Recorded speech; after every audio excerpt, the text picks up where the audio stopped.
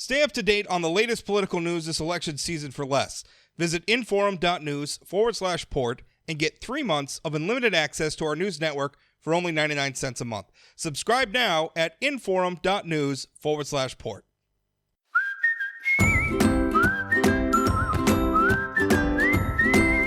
Welcome to Plain Talk, and happy to be with you folks. You know, we've been talking a lot about term limits lately, but it's probably, I mean, what are the two measures on well, at least on the statewide ballot this coming up in November? The two issues are, one is to legalize recreational marijuana, and of course we're going to have more on that on the show in the future, but the other one is term limits, and boy, that's a big deal for our state. I don't think it's a decision voters should be made casually. I know a lot of North Dakotans hear term limits and just immediately they like the idea. But the problem is the consequences of implementing term limits are maybe not something folks are thinking of. For one thing, I think a lot of people think term limits, they think Congress. But these term limits aren't for Congress. They're for our state lawmakers. And our state lawmakers are already part-time. And, oh, hey, by the way, we're already turning them over at a pretty brisk pace. Anyway, it was interesting last week. Two of North Dakota's largest agriculture groups, I would say the two largest in our state, North Dakota Farmers Union and the North Dakota Farm Bureau, issued a joint press release, which if you follow North Dakota politics, that's a pretty unusual development that these two groups would come together. I think they share a lot of the same goals, often maybe disagree on how to get there. They issued a joint press release, and in that, said, hey, listen, folks, don't do this. Don't pass term limits. And I'm going to read you, part of the statement came from my guest, North Dakota Farmers Union President Mark Watne. He said in the release, quote, "We felt it important to voice together our concerns about this measure. At Farmers Union, we have a long-standing policy that opposes term limits because they are a limitation on the rights of citizens to choose and elect their public officials. Term limits also put more power into the hands of professional lobbyists and career bureaucrats."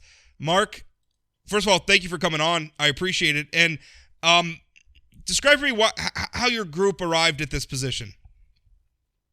Well, we have a pretty grassroots system. So we have a number of members and they elect delegates. They come to our convention. They put together these policies that we work on an annual basis. And when we say it's a long-term standing, it has been. It's been in our policy for as long as I can remember, and I've been involved for quite a few years. So we come to these things when we look at what's the role of people in a democracy, where you elect an electable republic, if you want to call it that also, is to take the time, get educated, and to vote the people in that they want to represent them into the future. It's not about automatic systems that take people out. It's about people participating. So we encourage that. We really think it's really important that people go out, they talk to the candidates, they talk to them, and then if they don't like somebody or don't think that person represents them, they vote against them. At the end of the day, the election's over, and we work with who gets elected. We're a political organization. We're not a partisan organization. And the reason for that is we get involved politically. We try to get the education components out so people can make up their mind. But when the election's done, we work with who gets elected. And if the citizens do this same thing, you don't need a term limit. Your term limit is the election. So that's how the system works. It was interesting. One of the Scott Tillman, he's the head of the U.S. term limits. They're the national group that has been bankrolling, that has put a lot of money into this local campaign. He actually showed up on my Facebook page over the weekend, and he was responding to my story about the press release that your group and the North Dakota Farm Bureau sent out. And one of the things he was saying is he was dismissing you guys. He was saying, "Oh, these are exactly the sort of lobbyists and political professionals that they're talking about." His argument is people like you are opposing term limits because you're lobbying the legislature, so you're getting in cozy with the legislators, so you don't want them to be term limited out. Can you respond to that? I'm sure that's probably a criticism you heard a lot. Can you respond to that? Yeah, I think that's actually flipping it the wrong way. The reality is when you have a rapid changeover without some historic value to the people that have been in the legislature for a period of time, you tend to give more power to lobbyists. You tend to let the bureaucracies kind of lead the discussion. You need changeover, but you need sustainability of people with the knowledge and the background to educate and to help each one of those folks that are elected to come into the system and understand how our government works. So there's a balance here, but I really don't see it that way, because the fact of the matter, I trust that the voting public is doing their job and they are out there electing people that represent them. That's why we focus so much on working with who gets elected rather than questioning why and all that, because at the end of the day, it's about getting things done. And, people that do the public service, whether you're a Democrat, Republican, or an independent, you're taking on a big responsibility. And I respect people that do that. And if they go through and are able to convince enough people in our democracy to vote for them, then they deserve the right to work for the people. And I think it's time that we find ways to influence them. We give them the information they need. And of course, then they get to vote on things that are important to us, and their record themselves will be what leads people down the path to support them in the future. So I don't spend a lot of time worried about all the games played, because there's lots of games played in politics.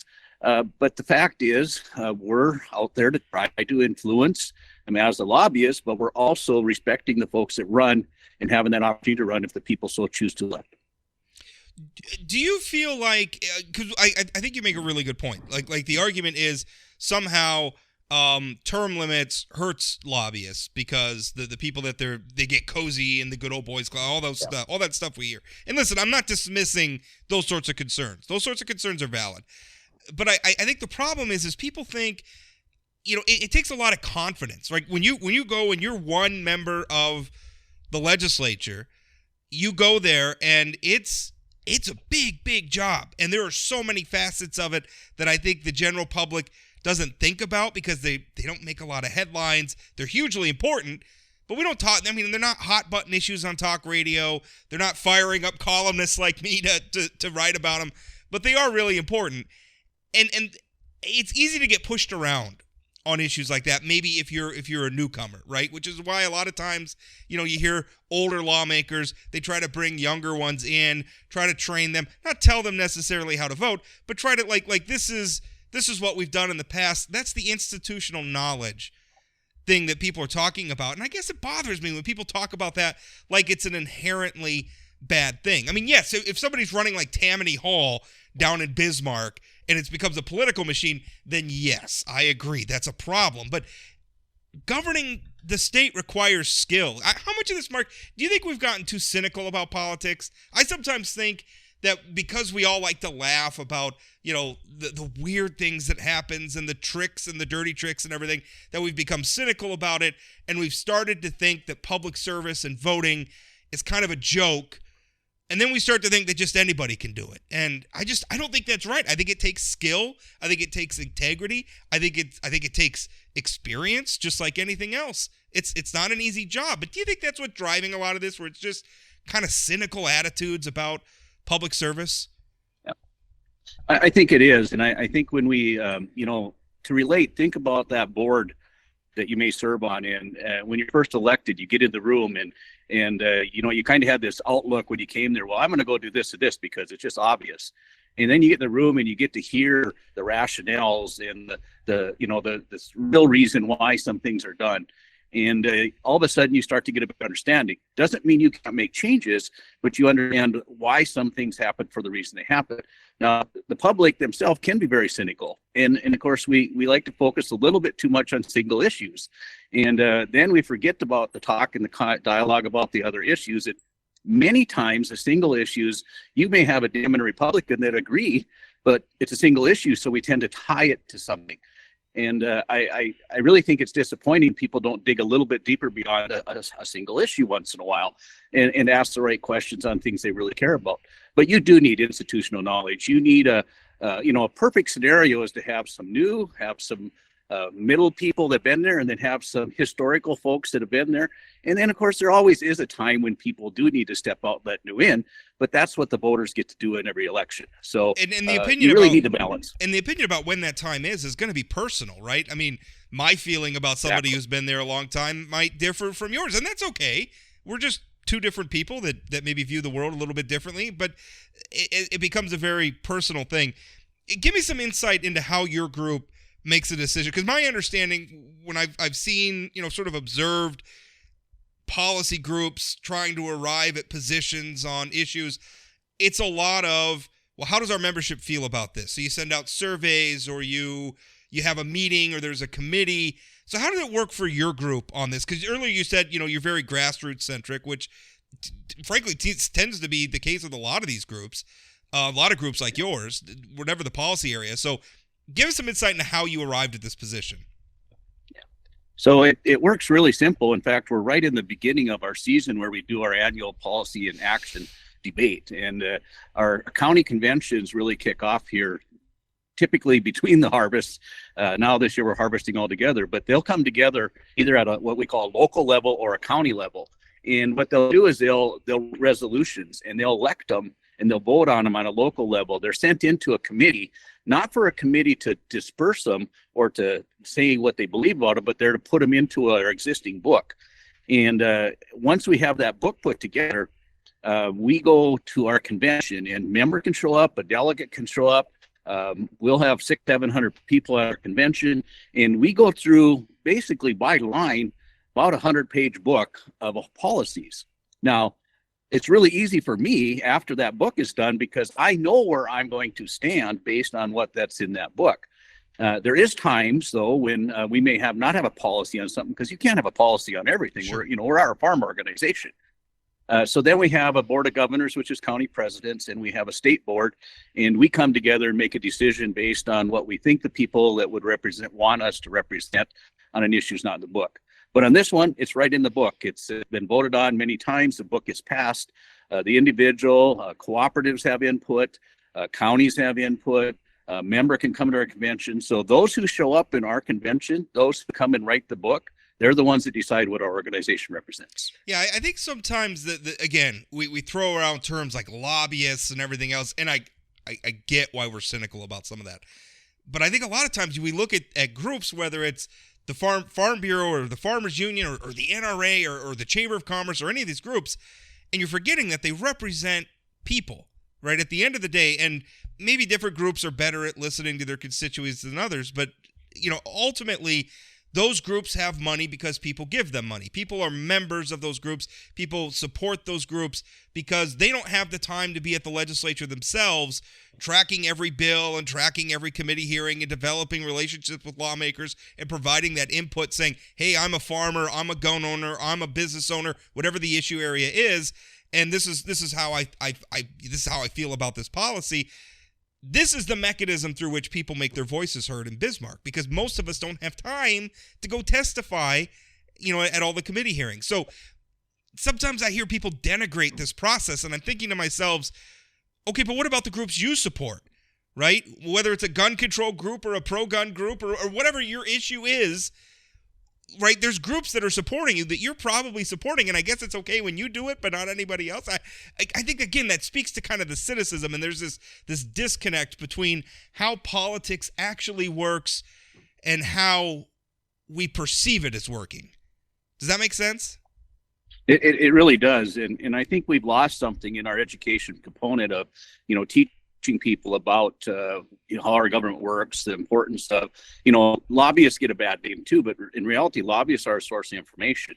Now, obviously, there's really good lobbyists. There's some a little bit on the edge lobbyists. There's some that are career lobbyists. But at the end of the day, the legislative folks rely on them to bring them information, and then it's up to them to determine who's giving them the most important facts. It's people that are really representing a grassroots organization, and once they do that, then they become a reliable source.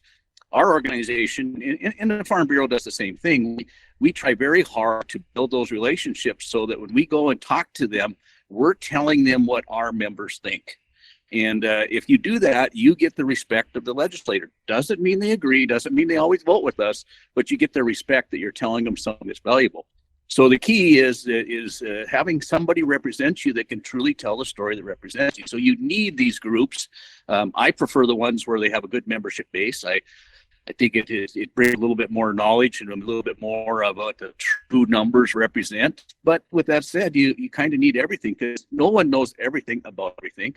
And you really need to have these good debates. So at the end of the day, hopefully we come up with better solutions than we would without the debate. What do you think? And I don't know if you've seen any polling. I've seen polling, and I think the Term Limits Group has released polling that I don't think is probably that far off the mark, but it polls very popular. What's hard for me to discern is the difference between people and the general concept of term limits, which I think most North Dakotans kind of like, and this specific proposal for term limits, which is just 8 years in any one legislative chamber and just 8 years for the for the governor. And by the way, the average of the lawmakers who are currently serving, the average time served is 10 years. The median time served is 8 years. Only 2 governors in state history have served more than 8 years, I should say.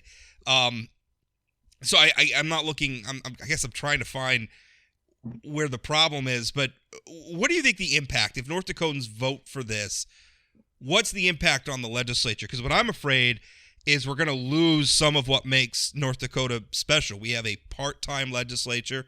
They are constitutionally restrained, no more than 80 days every 2 years unless they're called into special session. They're very accessible.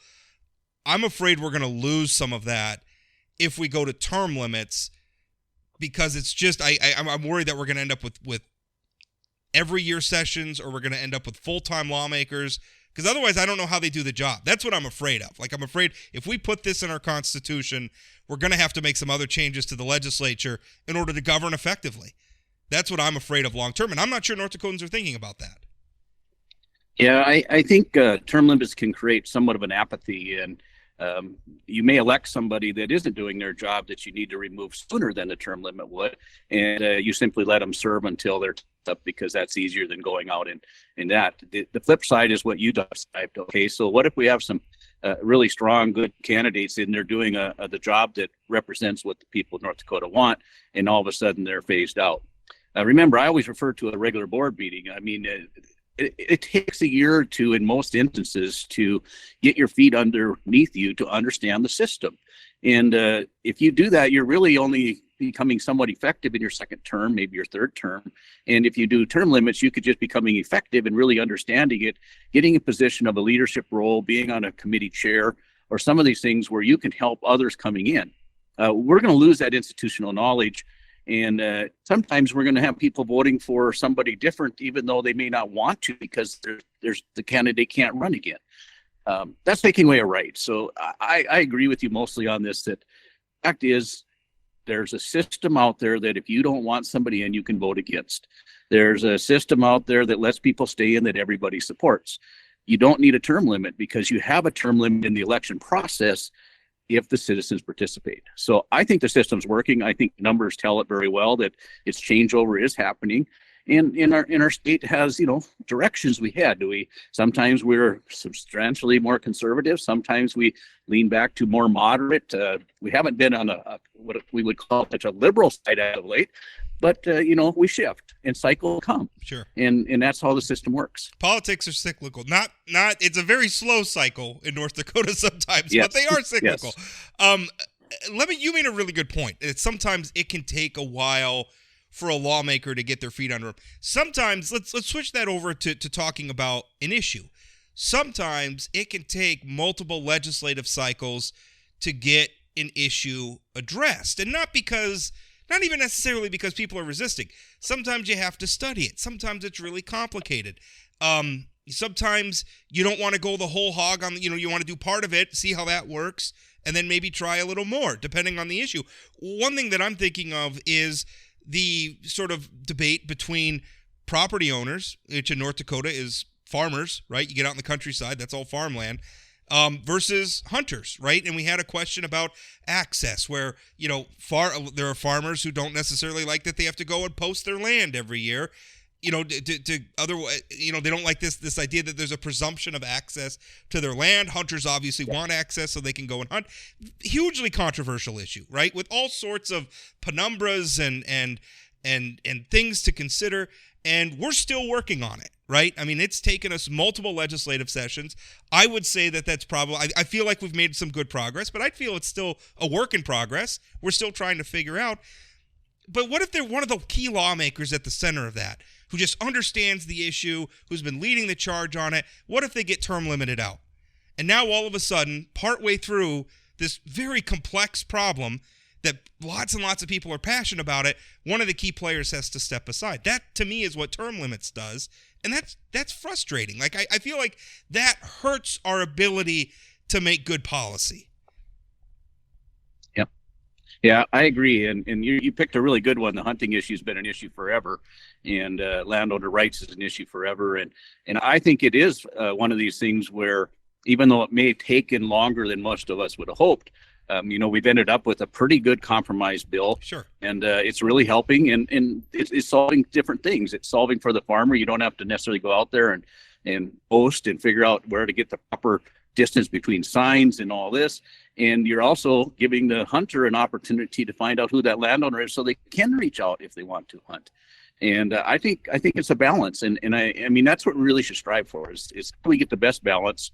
And you're right, you need some time in that. It takes legislators to learn the systems. It needs to hear out the different groups that want something, and once they examine all them points, hopefully make the best decision that's in the best interest of everyone. Can't always be that way, but that's the effort. Do you, is your group, talking about this campaign specifically, are you guys going to be spending any money on ads or any sort of a campaign to push back or make your argument on term limits? We're going to use our own internal system. We're basically, we mail out a magazine to like 35,000 people, and obviously we're on social media. We have a lot to connect. So we'll do it that way. We're doing conferences like this, press conferences with different groups. I've been on, this is probably my third show talking about it.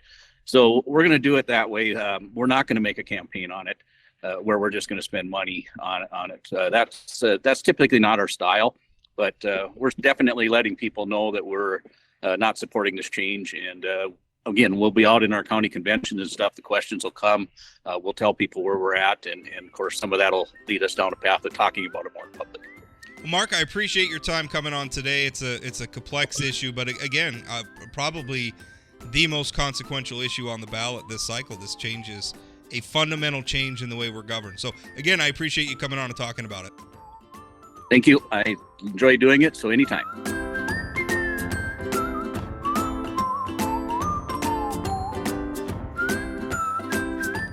Did you know Forum Communications Company has a robust podcast library? At inforum.com/podcasts, we have everything from politics, sports, true crime, outdoor adventure, and more. Visit inforum.com/podcasts and explore them all today.